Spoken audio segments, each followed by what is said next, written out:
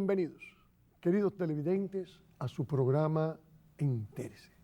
En Entérese hoy, usted y yo vamos a aprender de algo que quizás hemos pensado muchas veces y que no le encontramos explicación. ¿Qué es la realidad? ¿Qué es la percepción? ¿Cómo percibimos la realidad? Pues bien, ¿y quién mejor para ello que nuestro investigador científico, el profesor Orlando Chirino? Bienvenido a nuestro programa, profesor. Gracias.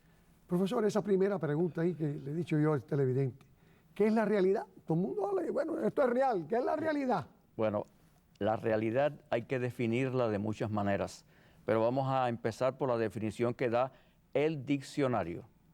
La realidad es lo cierto, lo verdadero, lo que existe. Pero el problema es cómo es que cada uno ve lo cierto, lo verdadero, lo que existe. ¿Qué es lo cierto, qué es lo verdadero y qué es lo que existe? Porque la mayoría de la gente, desafortunadamente, cuando habla de algo o cuando considera algo, no considera la lógica que hay, no considera lo racional, no considera lo empírico, o sea, lo demostrable, sino que dice lo que quiere decir y generalmente la realidad la persona la ve en base a lo que ha aprendido, lo que le han dicho otros y no en base a lo que es demostrable. Entonces, el diccionario da una definición simple, lo cierto, lo verdadero, lo que existe, pero eso hay que verlo de diferentes puntos de vista porque hay una realidad objetiva, que es esa la que el diccionario define, y una realidad subjetiva, que es cómo cada uno ve eso que se llama la realidad. Bueno, no es un juego de palabras, es una realidad lo que él ha dicho. Claro. La percepción. Claro. Nosotros sabemos que existimos a través de nuestros sentidos. Es la única forma de uno saber que existe, a través de lo que dicen los 5 sentidos. Hay 5 sentidos, eso lo sabemos de hace muchos años, desde pequeños, desde que íbamos a la escuela. Está el sentido de la vista, está el sentido auditivo, que es oír, está el sentido del olfato, está el sentido del gusto y está el sentido del tacto. Entonces, sabemos que existimos porque nuestros sentidos nos lo dicen. No hay otra manera de saber que uno existe si no es a través de los sentidos. No hay otra forma de saber. De oler, de tocar. Claro, esa es la única forma de saber que existimos, a través de nuestros sentidos. Y la percepción, por definición, es cuando uno une todos los sentidos, entonces uno percibe. Entonces la percepción es la unión de los 5 sentidos. Entonces, cuando usted usa un sentido, 2 sentidos, siente. Cuando usted percibe, los 5 sentidos le dan a usted un punto de referencia de lo que usted hace, de dónde está, de sus alrededores. Entonces, la percepción es la unión de las sensaciones. Vamos a seguir con otra buenísima pregunta. ¿Podemos confiar en los sentidos? No. No, esa es la respuesta bien simple. No podemos confiar en los sentidos. ¿Y por qué no podemos confiar en los sentidos? Bueno, por 2 razones. Porque nuestros sentidos son limitados o están limitados, y la otra razón es porque nuestros sentidos nos engañan. Bueno, y si estamos limitados nos engañan, entonces, ¿qué creemos? Exacto, ese es el problema. Entonces, esa limitación que tienen los sentidos es que no vemos ni oímos todo lo que hay que ver y todo lo que hay que oír. Entonces, yo voy a poner ejemplos para entender esto, que es algo bien interesante. Por ejemplo, cuando usted está en su casa y usted pone el radio, usted oye cualquier estación de radio, pone la televisión, ve cualquier estación de televisión, usted usa su teléfono celular, usted habla a través del teléfono celular. Todo eso es a través de ondas electromagnéticas, o sea, ondas de radio.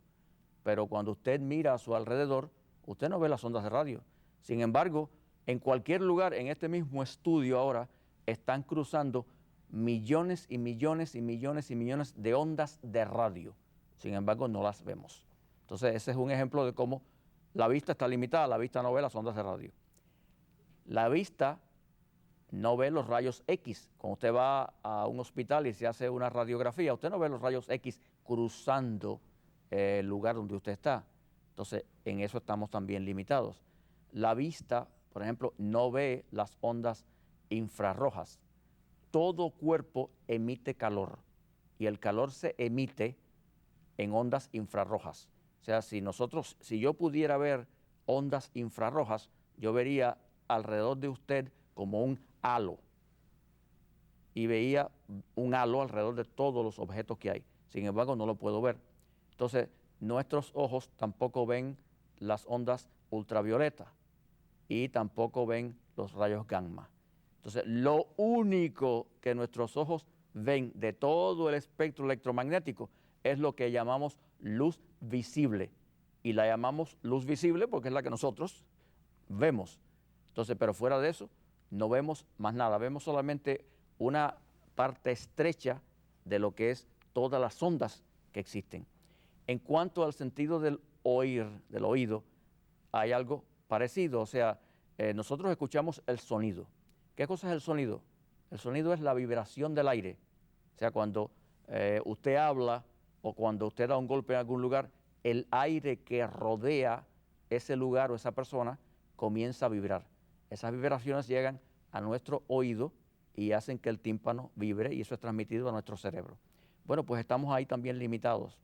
Nosotros solamente podemos escuchar las vibraciones que se encuentran entre los 20 y los 30.000 ciclos por segundo o hertz. Eso es lo que nosotros solamente podemos escuchar. Menos de 20, esa es la parte que conocemos como infrasonido, ahí no oímos nada. Y más allá de los 30.000, 35.000 ciclos está lo que se llama el ultrasonido, tampoco oímos nada. Entonces, ahí tenemos esos ejemplos que son muy importantes para saber que nuestros sentidos están limitados. Y igualmente ocurre con el sentido del olfato. Hay animales que tienen un tremendo desarrollo en el olfato, nosotros no. Ocurre con el gusto, bueno, pues sentimos el gusto de muchas cosas, pero hay cosas que no llegamos a sentir. Y en cuanto al tacto, el tacto está distribuido por todo el cuerpo, pero hay partes del cuerpo que responden mejor al tacto que otras partes. Así que todo es una cuestión de lo que uno está limitado y cómo nuestros sentidos lo mandan la información. A veces cuando yo doy esta clase en la escuela, yo le digo a los estudiantes que hagan un pequeño experimento que es muy sencillo, que lo pueden hacer los televidentes en la casa, que es poner el dedo aquí delante y entonces abrir y cerrar los ojos de manera alterna. Cuando usted hace eso, el dedo parece moverse, pero no se está moviendo, sino lo que ocurre es lo que conocemos con el nombre de parallax, que es el aparente movimiento de un objeto cuando lo miramos de dos ángulos diferentes, que son los ojos. Profesor, si con lo que ya nosotros vemos, escuchamos, podemos tocar con nuestras manos, tenemos bastante problemas. Imagínense que nosotros pudiéramos ver los rayos X, que pudiéramos ver las ondas sonoras, pudiéramos ver todo. No, entonces, la posibilidad de que hubiera más demencia en la calle, más demente, más loco, sería extraordinaria. Bueno, porque ¿cómo podíamos separar una cosa de la otra? Yo creo que tenemos que conformarnos con que lo que sea, yo diría más simple, lo que es material es lo que podemos ver, tocar y escuchar, desde el ruido hasta con las manos, hasta con todo, es material. Pero fuera de lo material, toda esa cosa invisible que sí existe, que no está a nuestro sentido, pues mejor no preocuparnos por eso, porque pero si no eso, nos volvemos locos. Fíjese qué interesante lo que usted dice, pero es que eso también es material. Eso es material. Eso es parte de la realidad, lo que pasa es que nosotros no vemos esa parte de la realidad. Estamos hablando de ciencia, o sea, nosotros no vemos esa parte de la realidad que son esas ondas que nosotros no podemos ver, pero sí hemos inventado instrumentos para captar esas ondas y transformarlas en una pantalla de una computadora, por ejemplo, en algo que nosotros podemos ver. Porque nosotros con nuestros ojos no vemos esa parte del espectro electromagnético, pero sí lo podemos transformar con equipos que hemos inventado para poderlos ver de la manera que nosotros los podemos detectar y estudiarlos. Un fenómeno que se ve dentro de esto que unos le llaman que es real o que no es real, las alucinaciones. Exacto. ¿Qué son las alucinaciones? ¿Es producto de todo esto que usted ha dicho anteriormente? ¿Es algo diferente? ¿Cuántos tipos de alucinaciones hay? Es una gran pregunta porque precisamente eso cae dentro del campo de lo que estamos hablando. Dijimos que primero nuestros sentidos están limitados. Muy bien. Dijimos que nuestros sentidos nos engañan. Y esa es la parte donde caen las alucinaciones. Las alucinaciones son percepciones falsas. O sea, en pocas palabras, es ver algo que no está allí, es oír algo que no está ahí, o sea, que es parte de una realidad interna, porque es importante aclarar que cuando la persona ve algo, tiene visiones, la persona sí lo está viendo, no le diga a usted a la persona, tú te lo imaginas. No, él lo está viendo, pero esas imágenes salen de su propio cerebro. Cuando una persona oye voces, la persona sí las está oyendo, aunque no esté nadie hablando, porque el sonido sale de su propio cerebro. Entonces las alucinaciones son percepciones falsas y hay tantas alucinaciones como hay sentidos. Tenemos alucinaciones de ver, o sea, alucinaciones visuales, tenemos alucinaciones auditivas o auditorias, de escuchar, tenemos alucinaciones olfatorias, de lo que uno huele, alucinaciones gustatorias, que es alucinaciones de sentir sabor de algo que no tenemos en la boca, y tenemos las alucinaciones de tacto, o sea, sentir que como que algo nos toca, como que algo se mueve, pero es algo que en realidad no está ahí, pero sí es algo que sale de nuestro propio cerebro, que interpreta ciertas sensaciones que salen de nuestro propio cuerpo. Ahí es importante aclarar que también, aparte de las alucinaciones, que son percepciones falsas, en el campo nuestro, que es el campo de la psicología, utilizamos un vocablo que es las ilusiones. O sea, desde el punto de vista psicológico, una ilusión es también cuando usted distorsiona la realidad, y eso es muy importante ahora. Porque, por ejemplo, en lo que es la alucinación, usted ve una cosa que no está ahí, pero cuando usted tiene una ilusión, usted ve algo que sí está ahí, pero usted no lo interpreta correctamente. Es mirar a una pared, ver una mancha en la pared y entonces uno interpretar esa mancha como una araña, por ejemplo, que está caminando en la pared. O sea, en el caso de la ilusión hay algo, pero usted no lo interpreta de la manera correcta. Todos estos hechos que se ven de personas que en un momento determinado en un cristal de una iglesia ven una virgen o en las nubes ven un santo, o ven una figura, o ven un animal, ¿son ilusiones? Exacto, eso es una ilusión porque... Desde el punto de vista científico. Desde el punto de vista psicológico, científico, es una ilusión porque sí hay algo ahí, pero la persona lo está interpretando de otra manera y es la definición que dimos al principio. O sea, en este caso es una realidad porque es algo cierto, algo que existe, pero es que la persona interpreta esa realidad de otra forma. Y cuando diferente. en vez de ser una persona son miles de personas, como ha sucedido desde el punto de vista religioso, ven la misma cosa. Porque las personas son influidas por lo que otras personas dicen, entonces creen ver lo mismo. O sea, a mí me han enseñado en algunas ocasiones fotos donde han sido tomadas y me han dicho, mira, esto que está aquí, miles que estaban allí vieron esto. Y cuando a mí me enseñan la foto, yo no veo nada de lo que esos miles vieron. Entonces es que en el momento que estaban allí, pues, pudo haber ocurrido eso. Igual que lo que usted dijo anteriormente de las alucinaciones. La persona que llamamos comúnmente espiritista, que habla con los espíritus, bueno, pues esa persona, desde el punto de vista de él, Claro. no le encuentra una explicación a lo que usted científicamente ha explicado. Y los que están alrededor de él, cuando él les habla de que está hablando con un espíritu, él está hablando con un espíritu, de acuerdo con lo que usted ha dicho científicamente, porque su mente Exacto. lo está viendo. No existirá, pero su mente sí lo ve. Y si la mente lo ve y lo dice y él influye en los demás, crea una opinión colectiva sobre un hecho inexistente. Por esa razón es que la psicología moderna tiene mucho cuidado en hacer un diagnóstico de una persona que está oyendo o viendo cosas. Nosotros hacemos un diagnóstico de un trastorno mental en base al medio ambiente de la persona. O sea, una persona que trabaja con, entre comillas, con espíritus, una persona que ve muertos, entre comillas, y eso es parte de su medio ambiente. nosotros no podemos decir que esa persona tiene un trastorno mental, porque si nosotros decimos, por ejemplo, que un santero tiene un trastorno mental porque habla con los muertos, tenemos que decir entonces que todos los religiosos del mundo tienen un trastorno mental porque le oran a Dios y dicen que Dios escucha sus oraciones. Entonces, el mundo entero tiene problemas psicológicos. Eso es muy importante.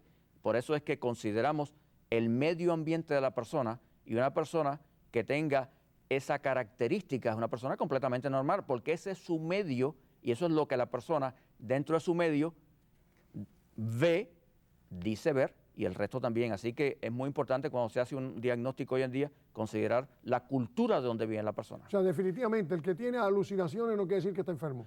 No, el tener alucinaciones o ilusiones no quiere decir que la persona necesariamente tiene un trastorno mental, una enfermedad mental, no necesariamente. Y vamos a explicar eso porque eso es muy importante.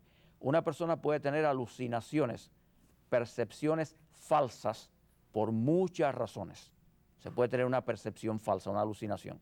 Y, por ejemplo, si una persona se da un golpe fuerte en la cabeza, tiene alucinaciones. Recordamos eso cuando nosotros nos decían que se dio un golpe y vio las estrellas. Las estrellas son alucinaciones que la persona ve por un trauma o un golpe que se dio en la cabeza. La persona que usa drogas también puede tener alucinaciones. Cuando yo trabajaba en el campo clínico, en muchas ocasiones estuve atendiendo personas que estaban bajo el efecto de las drogas, y yo recuerdo que personas llegaban a nuestro centro, a nuestra unidad de crisis, teniendo unas tremendas alucinaciones de tacto, gente que decía, por favor, quítenme estos insectos que me están caminando por toda la piel, estoy lleno de hormigas, estoy lleno de cucarachas, y no tenía nada. Y era porque venía con una sobredosis de drogas. La gente también puede tener una sobredosis de drogas y ver cosas y oír cosas. También se pueden ver alucinaciones cuando uno tiene fatiga. Por ejemplo, después de noches de dormir mal o dormir muy poco, a veces en la mañana la persona ve lo que se conoce con el nombre de gente de sombra, shadow people en inglés, que es que usted está sentado en un lugar y usted ve por las esquinas de sus ojos como una sombra que pasa o que se mueve. Y eso es una reacción normal a la fatiga, a la falta de sueño. Entonces, todos estos son ejemplos de alucinaciones que puede tener la gente. Hay que aclarar algo muy importante también. Cuando una persona pierde un ser querido muy cercano, en algunos casos, parte del proceso de adaptación a la pérdida tiene relación con alucinaciones. Por ejemplo, vamos a suponer que usted es una persona joven y usted vivió con su abuela toda una vida, su abuela lo crió a usted, es un ejemplo. Y entonces usted quería mucho a su abuela, la abuela un día muere. Y usted un día o dos después de la muerte de su abuela, usted siente, por ejemplo, el sillón donde su abuela se sentaba moviéndose. Entonces usted va a ver y cuando usted llega allí, el sillón no se está moviendo. Tuvo una alucinación auditiva, que es que oyó eso. O usted se para en la entrada de la sala de la casa y por un segundo o dos le parece ver a su abuela parada al lado de una puerta donde ella se paraba de costumbre, pero desaparece. Entonces eso es una alucinación visual. Usted lo está viendo y usted lo está oyendo, pero sale de su propio cerebro. Y esto es parte de adaptarse a la pérdida. Cuando yo trabajaba con personas ancianas, trabajé en terapia de grupo con personas que habían estado, por ejemplo, casadas durante 50, 60 años. Entonces, el esposo murió, por ejemplo. Entonces, algunas de estas personas me decían, algunas con temor, otras con alegría, que cuando ellas se acostaban en la cama donde ambos dormían, ella sentía a su lado como la parte donde el esposo dormía se hundía. Entonces, algunas me lo decían con miedo, es que mi esposo todavía está ahí, es su espíritu. Otras lo decían, me alegra de que él esté a mi lado. Pero entonces esta alucinación de tacto es algo común cuando se pierde una persona igualmente con la que se ha vivido muchos años. Entonces el proceso de la adaptación. Una vez que usted acepta la pérdida, y cada persona es diferente, usted ya no siente más estas cosas. Así que es muy importante aclarar y agregar que sí, hay casos en los que las alucinaciones son partes de trastornos mentales. Profesor, ¿hay interpretaciones a través de la historia de que han sido incorrectas de hechos reales?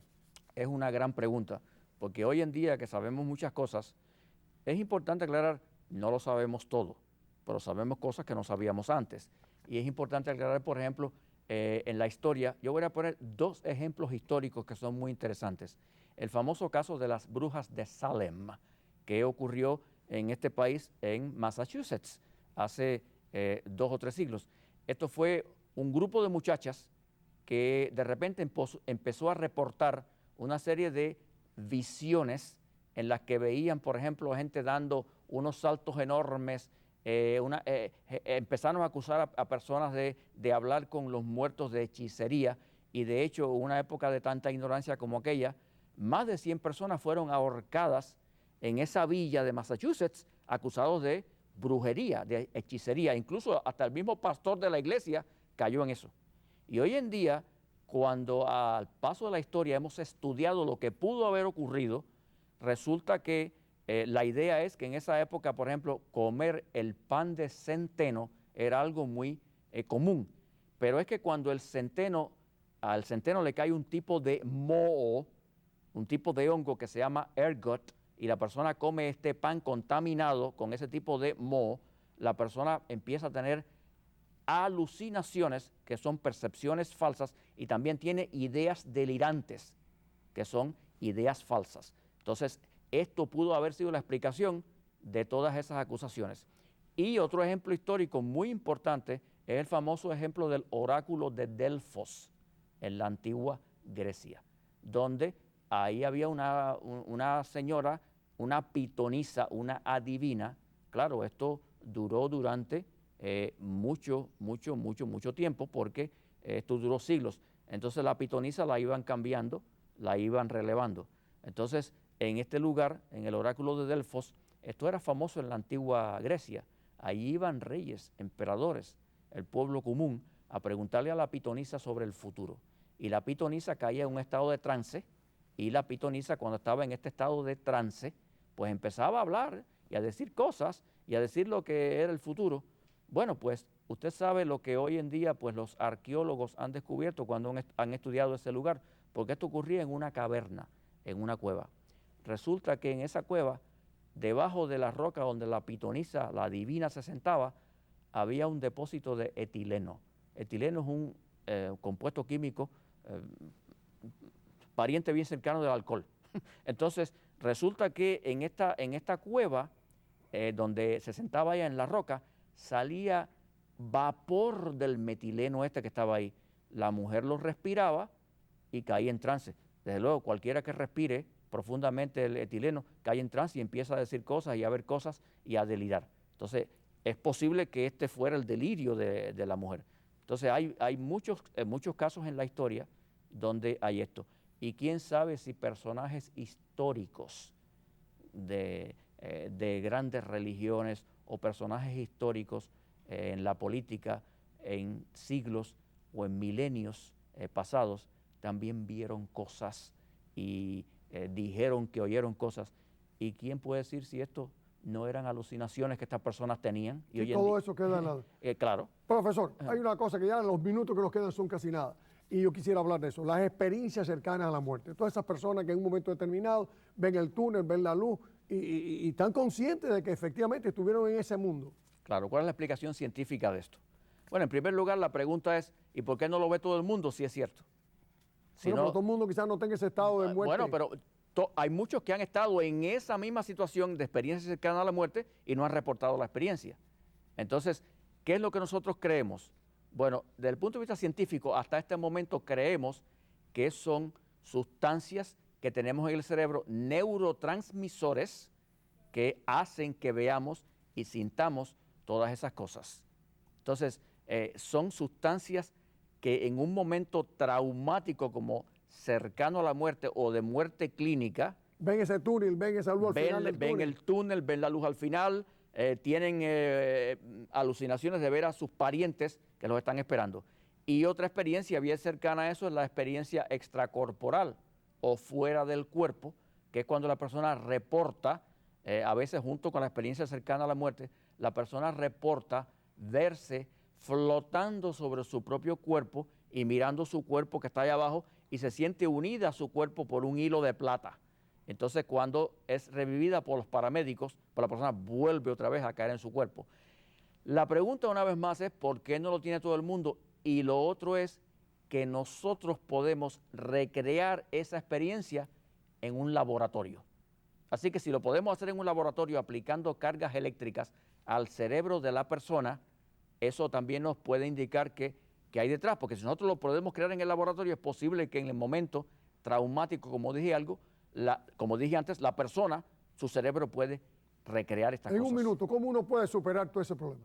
Bueno, pues esa es la gran pregunta. ¿Cómo uno puede superar todo esto y no dejarse guiar por lo que dice otro y no repetir como un loro lo que dicen los demás? Documéntese, estudie, vea programas como este, donde usted puede aprender diferentes cosas y las explicaciones que se da a todo esto. Así que el estudio, la preparación, la documentación es lo que nos permite razonar por nosotros mismos y no repetir lo que otros nos dicen. Pero es que todo el mundo no tiene esa facilidad de poder llegar a esa documentación que usted quisiera que todos llegaran. Ni todo el mundo ve este programa, ni todo el mundo tiene todo ese poder para poder llegar a ese concepto. El que no lo vea, que lo empiece a ver, el programa. Y aparte de eso, libros, bibliotecas, internet, páginas respetables, no cualquier página. Estudie, documéntese para que conozca la verdad. Bueno, yo creo que, mis queridos televidentes, hemos aprendido muchísimo hoy. Aquí hoy, por lo menos, usted ha escuchado al profesor Chirino.